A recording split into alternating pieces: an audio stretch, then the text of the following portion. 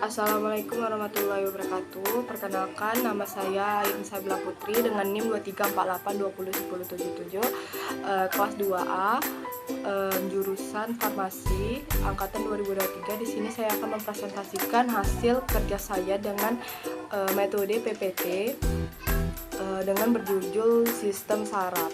Jadi kita masuk ke pembelajaran. Yang pertama, sistem saraf. Sistem saraf adalah kumpulan jaringan yang berfungsi mengkoordinasikan seluruh aktivitas tubuh, diantaranya adalah berjalan, berbicara, menelan, berpikir, merespon keadaan darurat, dan mengingat. Yang kedua, penyakit sistem saraf. Penyakit saraf adalah gangguan atau kerusakan yang terjadi pada sistem saraf. Kondisi ini dapat mempengaruhi kemampuan tubuh dalam mengatur serta mengkoordinasikan seluruh aktivitas tubuh. Selanjutnya, macam-macam penyakit saraf yang perlu diwaspadai. Yang pertama, penyakit Alzheimer.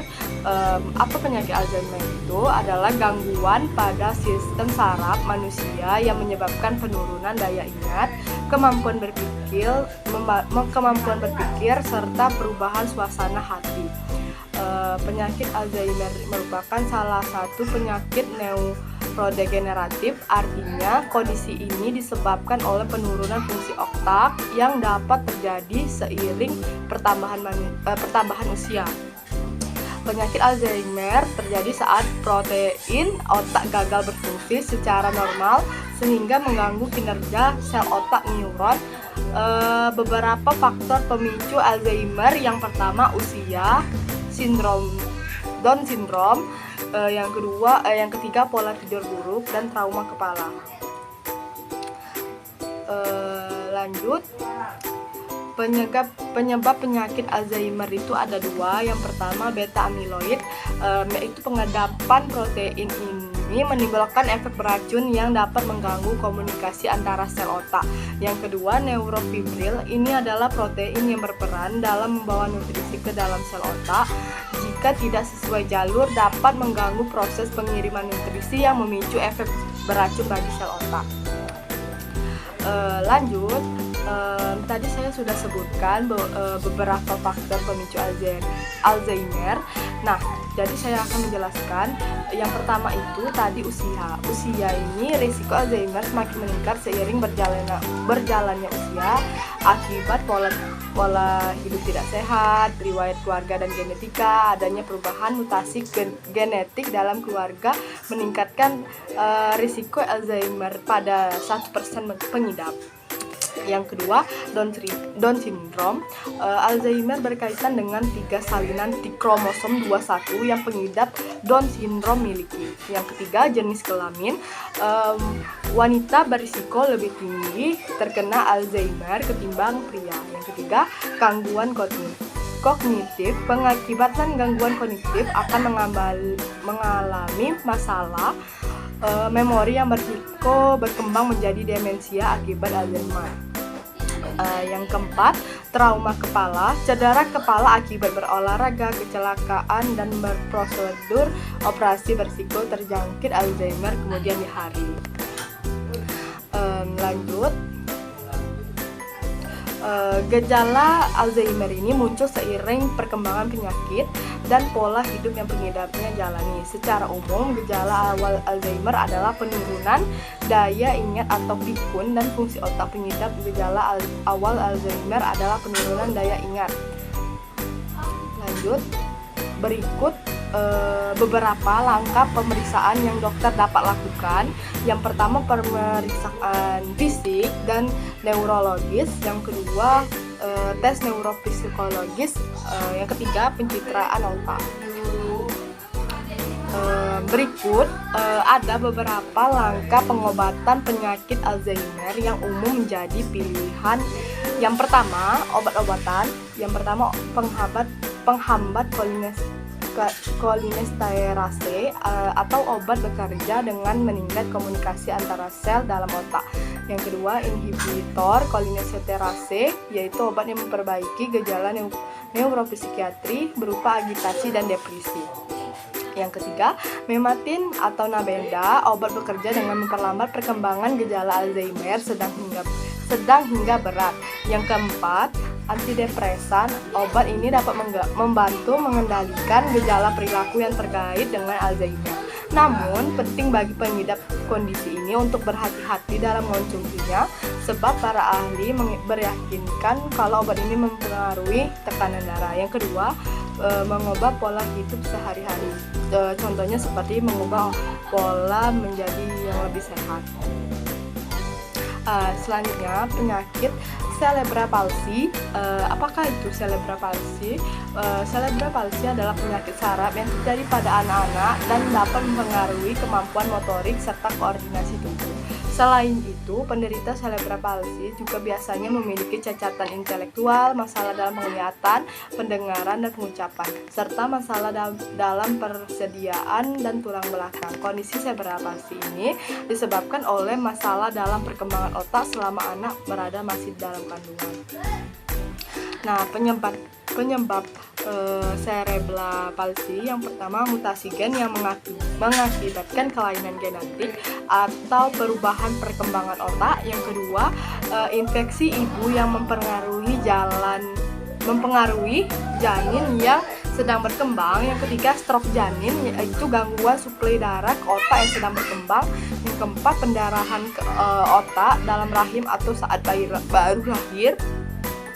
Yang kelima, infeksi bayi yang menyebabkan peradangan dalam atau sekitar otak. Yang keenam, cedera kepala traumatis pada bayi seperti dari kecelakaan kendaraan bermotor, jatuh, atau kekerasan fisik. Yang ketujuh, kurangnya oksigen ke otak terkait dengan persalinan atau kelahiran yang sulit, meskipun asfiksia terkait kelahiran jauh lebih jarang menjadi penyebab daripada yang diperkirakan secara historis. Nah, jadi ada pengobatannya. Yang pertama, injeksi otot atau saraf. Untuk mengobati pengencangan otot tertentu, dokter akan mengkoordinasikan suntikan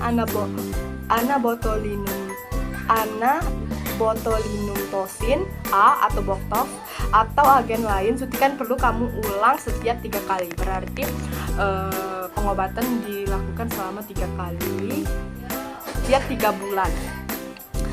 Yang kedua, relaksan otot mulut. Obat-obatan seperti baclofen, tizadin, diazepam, atau Dotrolin sering dokter rekomendasikan untuk mengendurkan otak. Yang ketiga, obat mengurangi air liur. Salah satu pilihan adalah suntikan botox ke dalam kelenjar lidah. Yang kedua, terapi ada 2. Yang pertama, terapi fisik.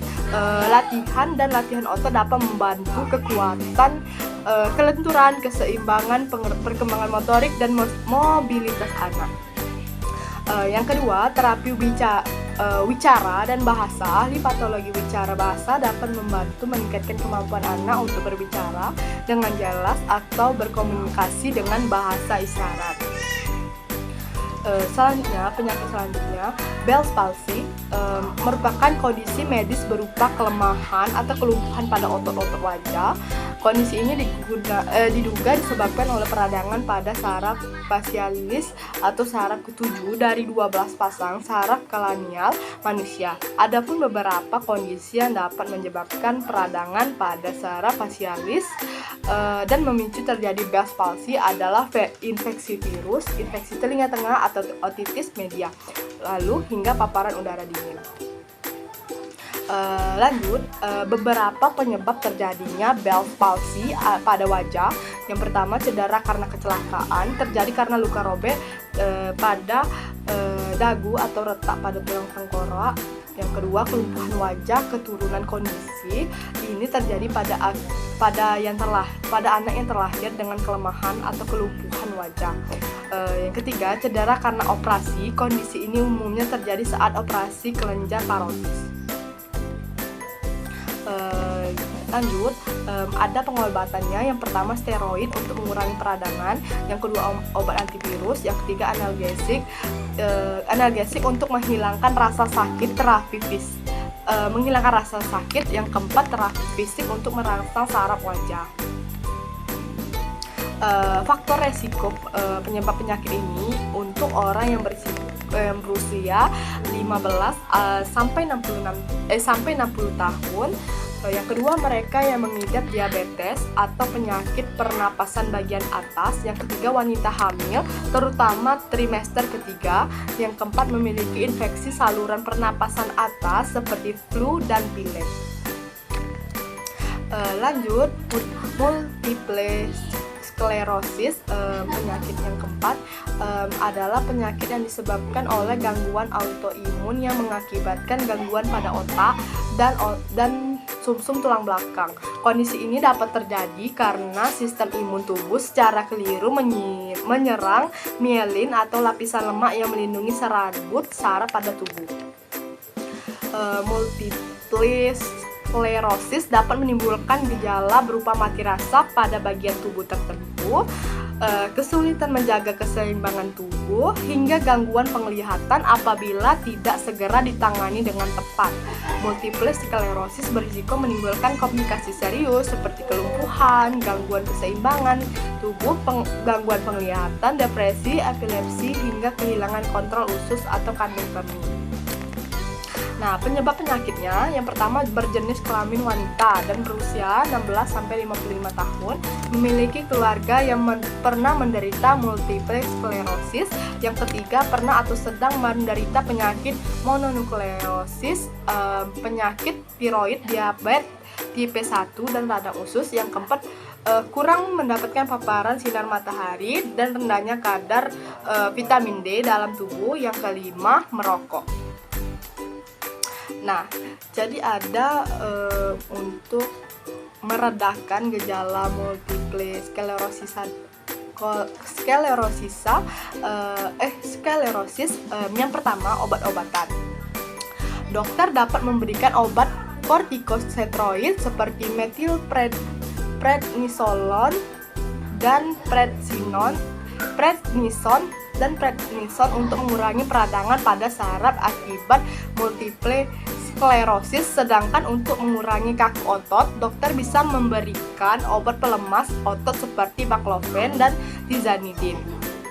Yang kedua, fisioterapi, terapi fisik dan terapi akupasi dilakukan untuk meningkatkan kekuatan fisik pada pasien. Hal ini akan memudahkan pasien dalam menjalani kesehariannya. Yang ketiga, plasmapresis, dokter akan membuang plasma darah dalam tubuh pasien menggunakan alat khusus untuk mengganti plasma yang dibuang. Dokter akan memasukkan cairan infus khusus seperti albumin. Nah, lanjut, penyakit yang kelima yaitu meningitis adalah peradangan pada selaput pelindung otak dan saraf tulang belakang, meninges. Kondisi ini dapat disebabkan oleh infeksi virus, bakteri ataupun jamur yang berasal dari sinus, telinga, tenggorokan, dan rongga mulut. Selain itu, dapat beberapa kasus yang terjadi meningitis juga dapat dipicu oleh operasi otak, penyakit autoimun, atau penggunaan obat-obatan tertentu. Apabila tidak segera ditangani dengan tepat, meningitis dapat menyebabkan beberapa komplikasi serius seperti hilangnya fungsi indera pendengaran, epilepsi, gangguan daya ingat dan konsentrasi, gangguan pergerakan, koordinasi keseimbangan tubuh, dan gangguan penglihatan. Nah, penyebab dan faktor penyakit meningitis. Penyakit meningitis secara umum adalah bakteri dan virus. Sementara untuk kondisi meningitis parulenta paling sering disebabkan oleh meningococcus, pneumococcus, dan Haemophilus influenzae. Yang keenam, epilepsi adalah salah satu penyakit saraf yang terjadi akibat adanya listrik berlebihan di dalam otak.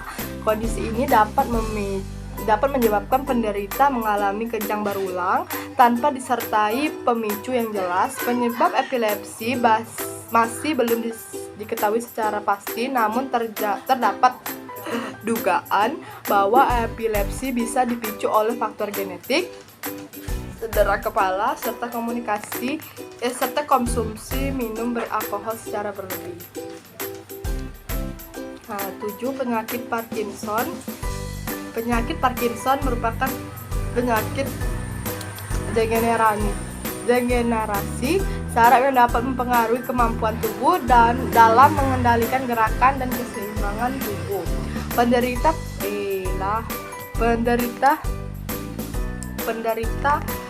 penyakit Parkinson biasanya akan mengalami berupa tremor, kaku otot, gerakan tubuh lambat, dan gangguan koordinasi tubuh. Lanjut, stroke. Stroke adalah kondisi medis yang terjadi akibat penyumbatan atau pecahnya pembuluh darah di sekitar otak yang menyebabkan terganggunya suplai darah dan oksigen ke otak. Kondisi ini perlu mendapatkan penanganan medis segera mungkin karena berisiko menyebabkan kerusakan otak permanen, penurunan kesadaran, hingga kematian mendadak. Lanjut.